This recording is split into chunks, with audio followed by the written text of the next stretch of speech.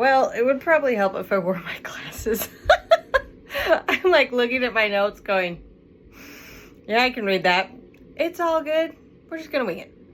So I'm going to talk about Alaskan excursions for an Alaskan cruise. Yes, Disney has an Alaskan cruise. Oh my gosh, it looks amazing. And I will be honest, I've been on a couple of cruises, different cruise lines. If you're looking for the best food on a cruise ship, it's a Disney cruise line. 100%, hands down. Like, so freaking good, but you'll pay for it. That's the crux. That's the downside. You will pay for it, and it will be really, really good. My favorite steak of all time was on a Disney cruise. And I think that's what's nice, because you're already going deluxe. Like, you don't have to pay extra. I learned that on other cruise ships that you do have to pay if you want like a steak or like a lobster tail. Total side note, it has nothing to do with an Alaskan cruise or excursions. I just like talking about Disney, if you can't tell. But that's why I'm wearing these, because we're talking about excursions for cruises in Alaska, because that's what I'm thinking about a lot lately. So I thought I'd give you guys all the information that I'm learning also. Okay, as you might know, with all cruise ships, you can book your cruise through your cruise line. That is a premium cost. That's the big part about booking through a cruise ship.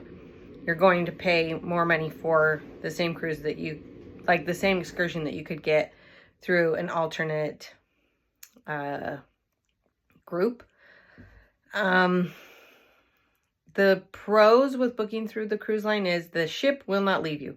So if something happens and there's a delay with your excursion and you're not able to get back in time, the cruise ship won't leave until you are back.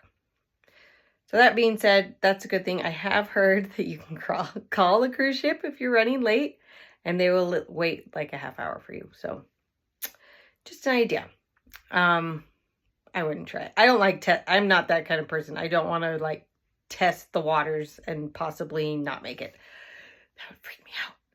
It would stress me out super bad. When people don't usually think about it when it comes to excursions is transfers. So I call them transfers, but it's like getting from one place to another. So it's like going from the airport to the hotel. How are you going to get there? What's the plan? So this is the same thing that you're going to find when you get off a cruise ship. If you have an excursion that's maybe you're going kayaking, the question is, are they meeting you at the cruise port, or do they have transportation from the cruise port to the location? Are you supposed to come up with the transportation? That's a big question that you've got to think about and research and figure out, so that you aren't getting off a ship and you are supposed to be leaving on this amazing excursion in 30 minutes. And they're like, well, we sent you an email and it said you had to figure out your own excursion. So, or your own transfers, figure it out. So figure that out. That's super important. I found that most excursions, at least that I've done, provide like a bus or a truck or a van or something like to get you from one place to another. You might not need a transport. They might be right there, the excursion right in the port, but you need to factor that in for price. Scheduling, you may have to schedule that transfer, the bus or the taxi, and recognize that it will take time. I remember we did an excursion in Mazatlan in Mexico, and they had the transportation for us, but it was like an hour and a half van ride to the location. It was far. My kids are like, what is this? And I'm like, I'm sorry. We'll be back in time. Like, we planned enough time and everything, but I didn't realize that it was so far away. I thought the majority of the time was zip lining, but there's a good chunk of time just driving. It was a long drive. Okay. Alaskan excursions. They are more expensive. I think we've talked about this on multiple occasions. Going kayaking in the Caribbean is going to be cheaper than going kayaking in Alaska.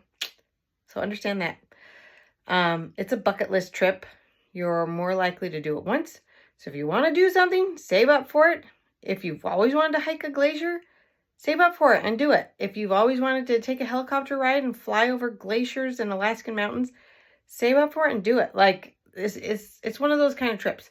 I don't want to be in a helicopter, so that's never going to happen. No, sounds really scary. I did find 2 outside websites outside of my cruise line that offer decent priced excursions. You can also book directly through the company. So what I mean by that is there's, what is it called? I gotta look so I can say it right. I think it's called the White Train Pass. Yeah, that sounds right. But there's a train ride that you can take along the mountains of Alaska, which sounds phenomenal. It's all scenery.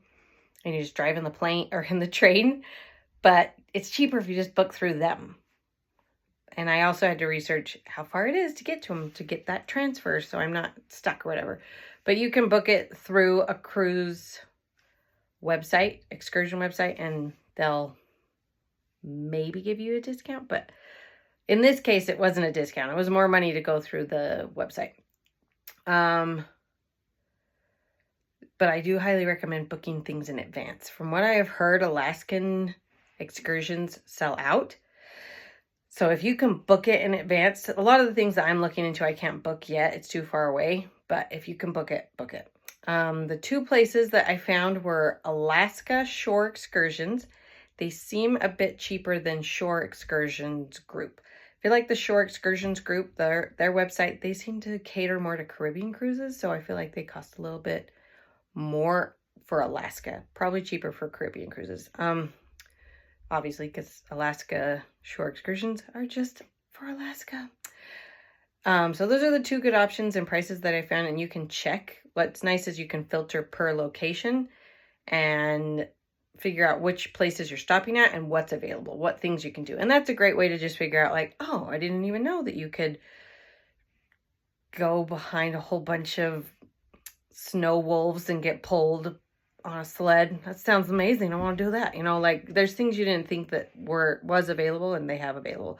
Or salmon baking. You can go catch a salmon and then cook it, or just learn how to cook it. So just thoughts.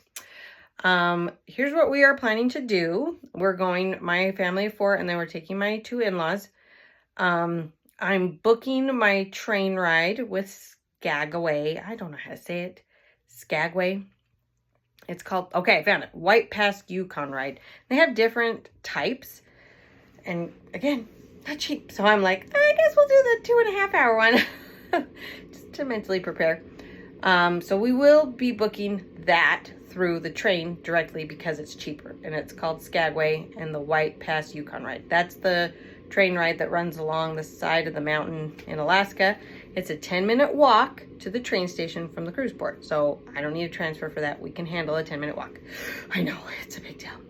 One thing that a lot of people don't realize with Alaskan cruises is check how long you're in port. This will stress you out if you don't. So check these things before you book it. One thing is we're going to British Columbia, and the time that we will be there is 5 p.m. to 10 p.m.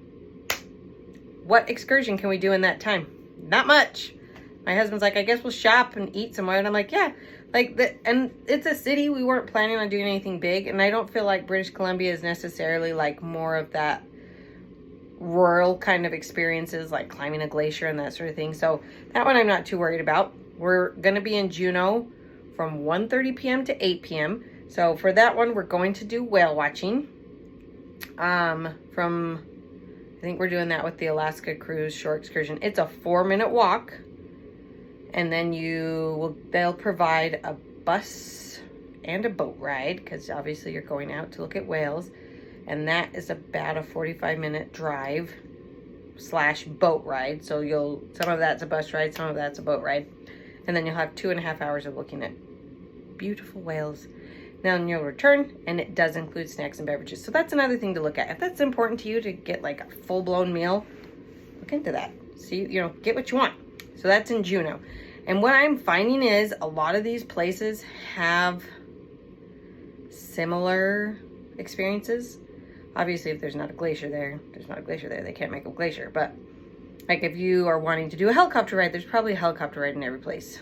If you want to do whale watching, there's probably whale watching in every place. It's probably a good idea to check and make sure the whale watching experiences are guaranteed, because if they are and you don't see any whales, your money's back. So that's not, you get your money back. So yeah.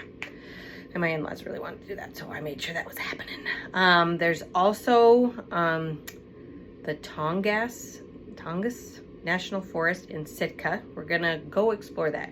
You can pay $119 and have someone walk you around and give you a guided tour, talk to you about the flora and fauna and the history, or you can quite literally just walk into the mountains, right into the forest and walk around yourself.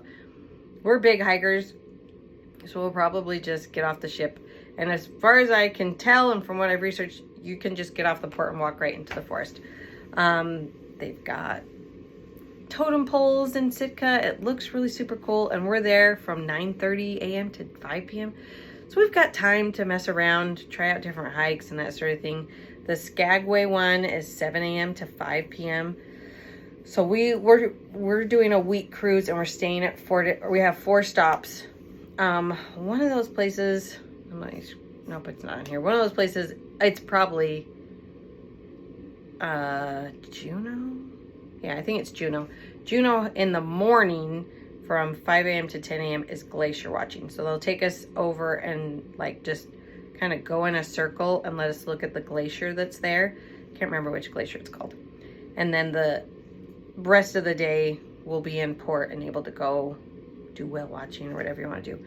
Hopefully that kind of gives you an idea of what you're looking at time frame wise. Booking excursions, really check and make sure your time frame, check transfers, check availability, book early. Hopefully this gives you some ideas, but I feel like they have tons of choices, things to offer.